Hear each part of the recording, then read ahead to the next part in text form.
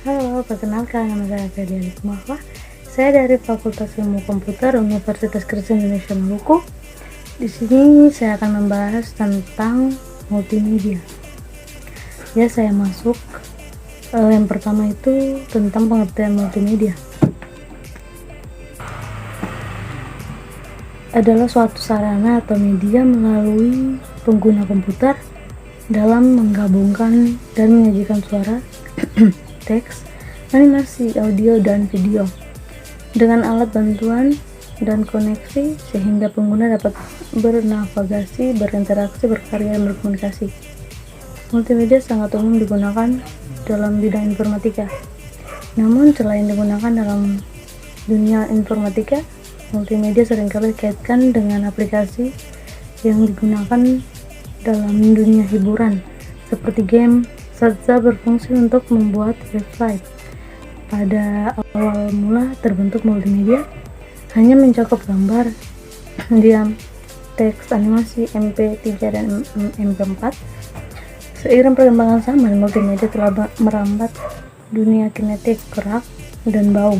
Aplikasi multimedia ini mulai memasuki unsur kinetik sejak di aplikasinya film 3 dimensi yang dihubungkan ke gerakan pada kursi penonton sehingga penonton dapat merasakan sensasi gerak.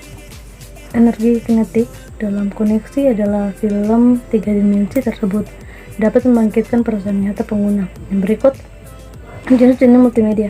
Yang pertama, multimedia interaktif merupakan multimedia yang dilengkapi dengan alat bantu berupa komputer, mouse, keyboard, dan lain-lain yang dioperasikan oleh pengguna. Multimedia interaktif dapat menggabungkan media-media lain yang terdiri dari teks, desain, grafis, audio, dan rancangan lainnya. Contoh multimedia interaktif adalah aplikasi game, CD interaksi, aplikasi program virtual reality. 2. Multimedia linear.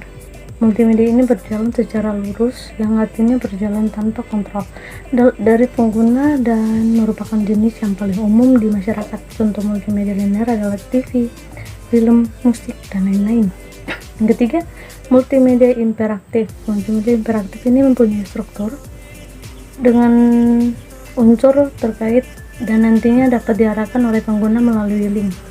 Dengan unsur multimedia yang ada, multimedia interaktif juga dapat diistilahkan sebagai rich media. Contoh web, website, mobile banking, dan game online. 4. Multimedia KISS. Multimedia ini digunakan sebagai pembelajaran yang melibatkan lebih dari satu jenis media dan diorganisir oleh topik tunggal. Perangkat yang termaksud dalam multimedia KISS yaitu CD-ROM, kaset, audio, gambar, statis, transparasi, dan lain-lain. Multimedia KISS ini banyak digunakan oleh multimedia sensorik dan ideal untuk digunakan dalam proyek-proyek kecil di dalam maupun di luar ruang. Dan berikut manfaat multimedia dalam kehidupan. Yang pertama, manfaat multimedia untuk pendidikan dalam dunia pendidikan. Multimedia digunakan sebagai media pembelajaran modern seiring dengan perkembangan zaman di mana koneksi semakin luas dan sumber yang diperoleh tidak hanya dapat dari benda berwujud dengan pembelajaran menonton. Melalui multimedia, sistem belajar mengajar pun dapat dilalui secara otodidak serta dapat membuka wawasan lebih luas. Yang kedua, manfaat multimedia untuk bisnis. Dalam dunia bisnis, multimedia menjadi sesuatu yang penting untuk mempromosikan pengelola, termaksud dijadikan multimedia digunakan sebagai profil perusahaan, promosi produk, hingga menjadi informasi serta bermanfaat untuk sistem e-learning. Penggunaan multimedia dapat meningkatkan kinerja perusahaan lebih baik dan cepat. Contoh atau kategori multimedia. Yang pertama, multimedia communication. Multimedia communication merupakan pengguna media yang memiliki fungsi mempublikasikan informasi.